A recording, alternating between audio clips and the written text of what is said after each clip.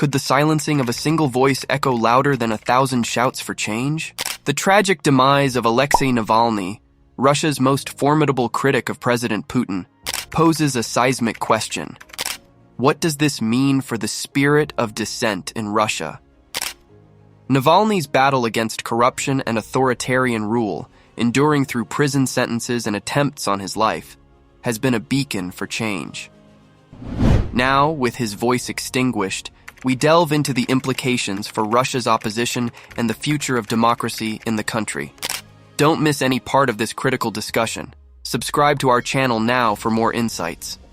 How does the loss of Alexei Navalny impact the dissenting voices in Russia?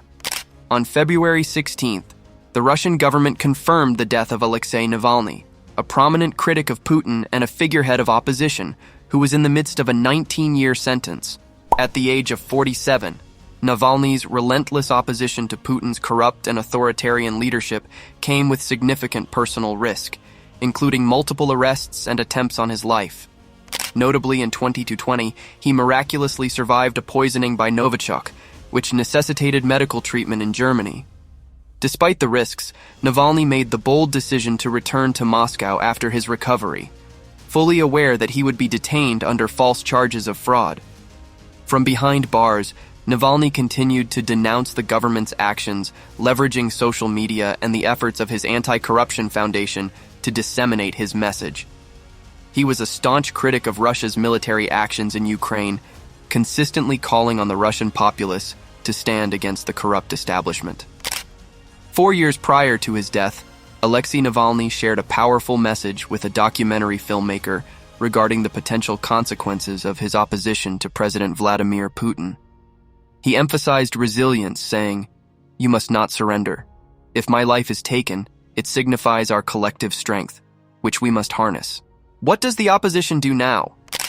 The deaths and attacks on Kremlin dissenters, former spies who have switched sides, and investigative reporters are varied and numerous. With Navalny's unexpected passing, the Russian opposition has lost its most prominent figure. This raises a critical question. What is the next step for them?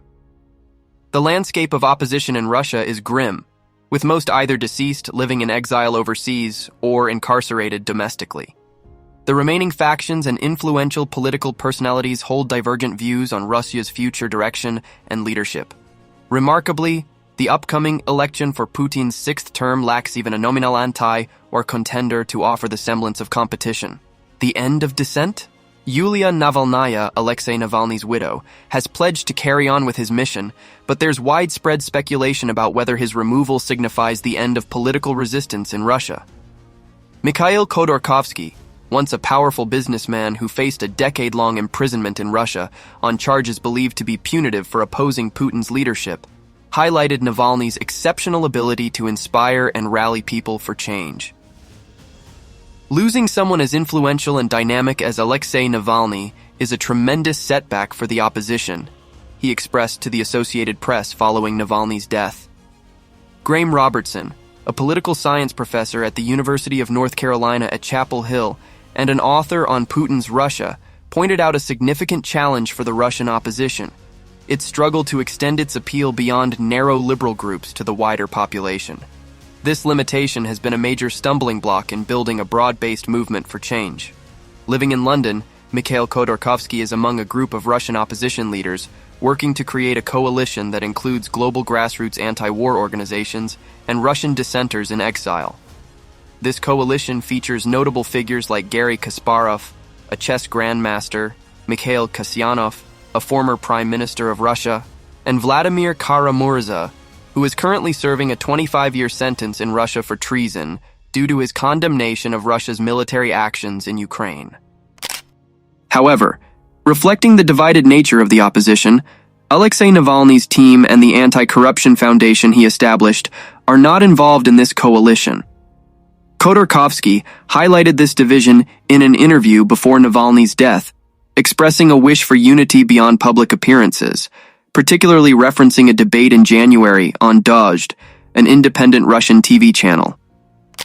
Navalny was pioneering in creating a nationwide opposition movement in Russia, yet his approach and his organization were not universally accepted within opposition circles. Disagreements between his team and other political figures were often public and intense, especially regarding strategies to oppose Putin in the upcoming March election.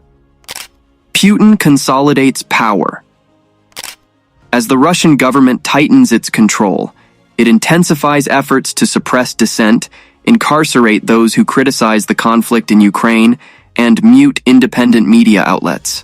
This situation underscores the challenges faced by opposition groups within the country. Nigel Gould-Davies, a former British ambassador to Belarus and currently a senior fellow at the International Institute for Strategic Studies in London, points out that internal conflicts within the opposition do not aid their cause.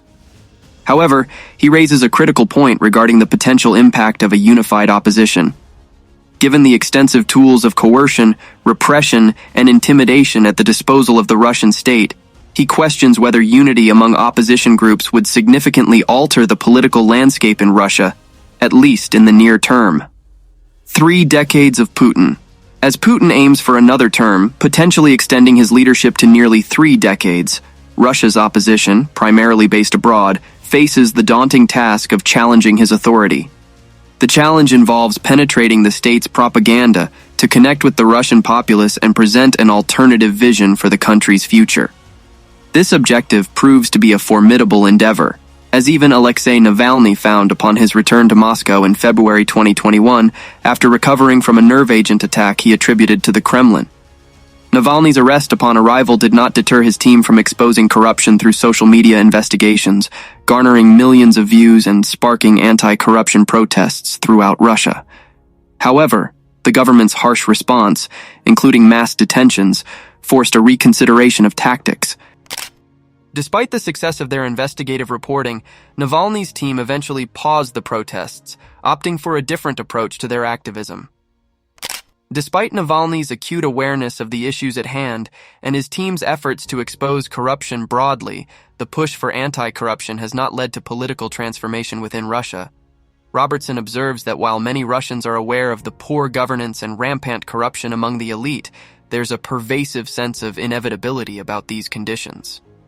In the years following Navalny's imprisonment, the Russian government has further restricted free speech and has been more aggressive in imprisoning critics, affecting not only public figures but also ordinary citizens, sometimes with extremely long sentences. Khodorkovsky emphasizes that the appropriate reaction to Navalny's passing is to unify and persist in the initiatives Navalny championed, aiming to inspire ordinary Russians to demonstrate their dissent, especially during the presidential election in March. He suggests a form of protest where voters write Navalny's name on their ballot papers. Additionally, the Russian Anti-War Committee, supported by Khodorkovsky among others, encourages Russians to participate in the Noon Against Putin event, urging people to gather at polling stations at noon on March 17th as a manifestation of their opposition to Putin. Opposition in exile. The Russian opposition now navigates an uncertain path forward, largely from exile, following the loss of one of its most dynamic figures. Despite the immense challenges, exiled Russian politicians are resolute in their commitment to ensuring that the aspiration for democracy in Russia endures beyond Navalny's death. Khodorkovsky articulates a critical perspective, emphasizing that while Putin may eliminate political adversaries, the concept of a democratic opposition remains indomitable. This sentiment reflects a determination among opposition figures to continue advocating for democratic principles and reform in Russia, regardless of the personal risks or the current political climate. Thank you for watching. This story is more than just news. It's about the fight for freedom and justice. Your support through likes, comments, and shares can shine a light on these vital issues. And if you haven't already, please subscribe to stay informed and join our community of changemakers.